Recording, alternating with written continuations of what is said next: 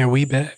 Sock by Say YouTube. Welcome back to KashPiece. Today I'm gonna be doing a tier list on combat styles and abilities in One Piece.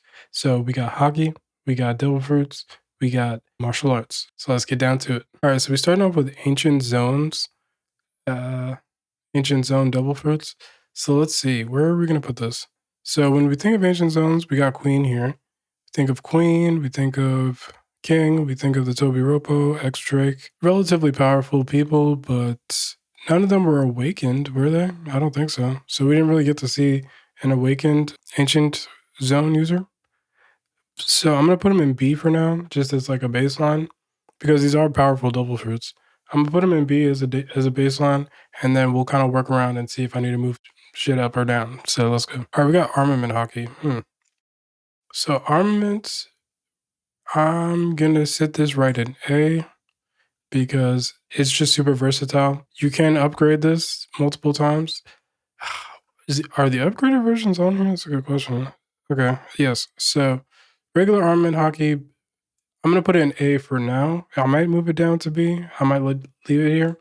But the reason why it has to be at least at the B level is because, for one, pretty much any person can learn this. And then for two, it's very versatile and there's levels to how high your hockey can be. For example, we got Big Mom pictured here.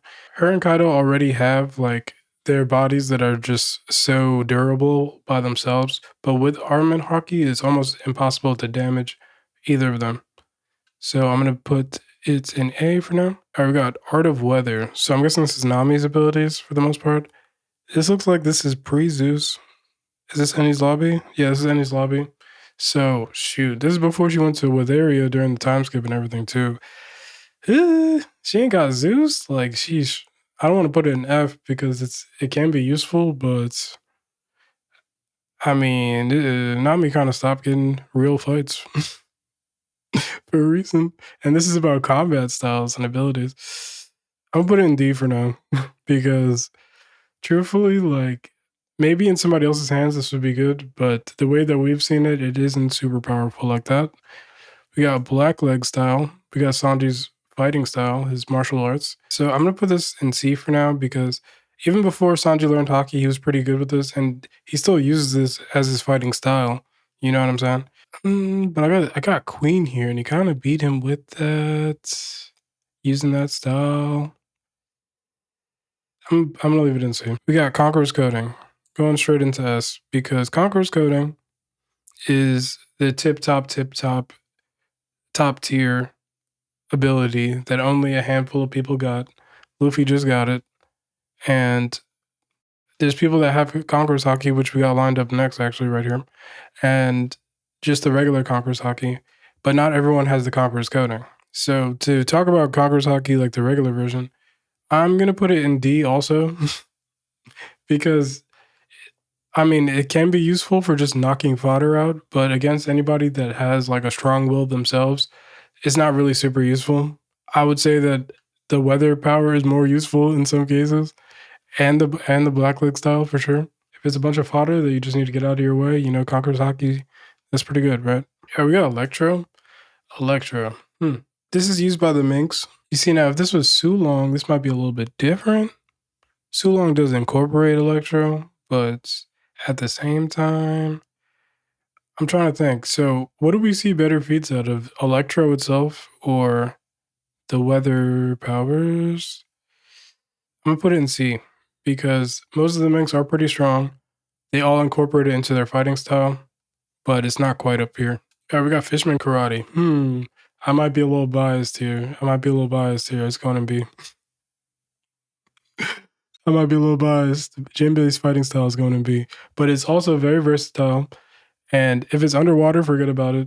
He can use water to his advantage, which is a weakness for pretty much everyone that has a double fruit. So maybe I might even be underrating it. It might be. It's not going to go in A because the only way it could go in A is if Hack and Koala were super nice with it, and they're solid characters as far as fighting goes. But no. But when it's used correctly with a person that knows how to use it and is strong, like Jinbei, I think that it's beating these ones out. We got Future Sight. Ooh. Future Sight. Future Sight's going in S tier because even though it's not used as much as it probably should be in the story, it should be used more, and it's really, really hacks when people do use it. Even though we've only seen Katakuri, Luffy, and Kaido, and that might be it. We may have seen one more. Okay, we got Hashoken. Hashoken. This is the martial arts fighting style that I forgot what their kingdom is called, but it's Don Shinjao and Don Sai. Don Sai, who's in Luffy's Grand Fleet. And this is actually pretty good because both those characters are relatively strong. Is it on the level of Fishman Hockey? Is the question. I feel like other characters would be able to use this well. Create shockwaves. It's kind of similar, to be honest. I'm gonna put it here. I'll put it in B. All right, we got Logias. Ooh, Logia. Oh shit, Logias. That's tough. I wish we got to see a Logia awakening, like so we could really know like what the tip top levels of this is. But we have a good idea, with Akiji and Akainu probably being awakened. They are probably awakened. So I want to put it in S, to be completely honest, because at the tip top level, I'm like, which zone? Which Logia is weak? To be honest, because even Caribou's has like a really hacks ability to it, where he can just take mad stuff out of it. He might just not be the best person to have it. I think that somebody else could use that devil fruit pretty well, but besides his, all the other ones are pretty OP. I'm gonna put it at the top of A, even though niggas that got good armament hockey are bad matchups for Logias. If the Logia also has armament hockey, then the person that just has armament hockey could potentially be at a disadvantage. So top of A, but I want it to go here, to be honest. We're gonna revisit Logias. Okay, mythical zones. Mythical zones are going in S tier, no question. Because we got Marco's Devil Fruit. This is super hacks. He could just keep healing. He can heal other people as well. We got the Yamato no Orochi, which Orochi really didn't use to the capabilities that could have been used. We got Kaido. We got Momonosuke. We seen how powerful those devil fruits are. We got Sengoku, the Golden Buddha. You know what I'm saying? We got Yamato. We got all of the mythical zones that are in the show and the manga are pretty powerful. We got Katarina Devon too. She can shapeshift. All right, we got Ninjutsu. Okay, so Ninjutsu, we see Raizo use it. We see maybe a couple of the Oniwa Banshu, but they sucked. So I am hard pressed to put it. I might put it in C. A different character could probably use this to a better capacity than what we got to see at least. But even so, it was really useful when the Kazembo fire was about to burn down all of Onigashima. You know what I'm saying? For him to use this, but that was really his scroll devil fruit now, wasn't it? That was more. So yeah, I don't know. Ninjutsu's okay. I almost feel like Conqueror Sake is too low here, right? It's got to be in C at least, right? Yeah. Okay. All right. So we got observation hockey now. Observation hockey, just regular observation. Regular observation, but even regular observation. Wait, regular observation outside of future sight, basically. This could still be the very dominant presence type of observation. You know what I'm saying? The kind that rarely used to see how strong all of the animals on Ruscano were. And then the picture that we got here is Fujitora using it, which he's got to have some of the best observation hockey in the series since he's blind and he can't actually see, and he just uses this hockey to see these figures of what's going on around him. Observation hockey, when it's really good, should probably be up here. Paramecius devil fruits. Now, we talking tip top Paramecius. They might be going in S tier. Because Paramecius are just so versatile. It could just be literally anything. And Whitebeard, who's pictured right here, has one of the most destructive ones. You know what I'm saying? There's too many Paramecius to talk about, so we're just gonna end it there. Paramecius are strong if you get a good one. Now, if you don't get a good one, sheesh. Jacket, that shit is going in F. So since there's so much variance, should I drop it down a tier? Or are we just talking about the highest level version of each of these? We're gonna go with the highest level version of each of these. So Paramecius going in S. Roku Shiki. Ooh, I'm a little biased on this one too because I just like Roku Shiki. It's just fun. It's just cool. It's always nice when a new character that has some kind of ties to either the world government or the Marines uses Roku Shiki just in their moveset, and you know what I'm saying? You just see it pop out. Like they don't really need an introduction to the fact that they know it because it just kind of makes sense. In fact, in one of the recent chapters, we saw Garp use Soru, which is like the shave technique where they can move real fast to dodge an attack from Aokiji. So that was pretty fire. I can't lie. I'm gonna put it here because actually I was about to say we haven't seen a real top tier use it, but Garp did use it recently, like I said. But I don't know if it's better than Ancient Zones if you just got that. All right, we got Ryo. So we got the upgraded armament. Upgraded armament is probably going at the top of A because it is really powerful. Luffy could actually damage Kaido with this, which makes me think, should it be up there in actuality? He could actually damage Kaido with it, so but even so, it wasn't strong enough. He needed the Conqueror's Coding, which pretty much implies directly that this is a tier above the Rio, basically.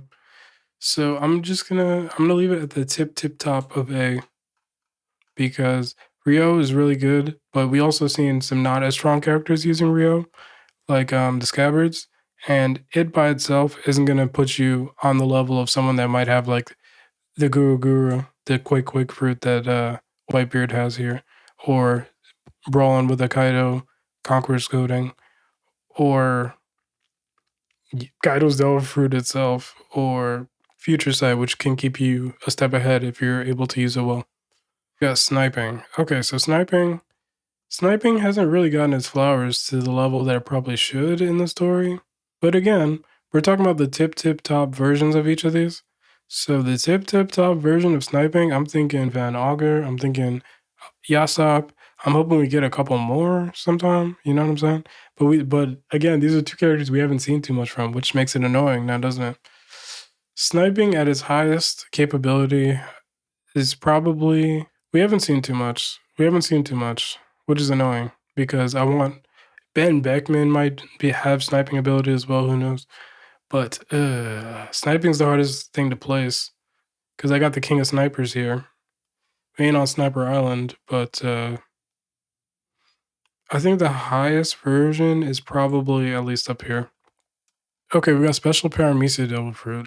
See, this isn't really fair because there's only one of these, and it's categories. It is very OP, but I'm not putting it above Logia's for sure.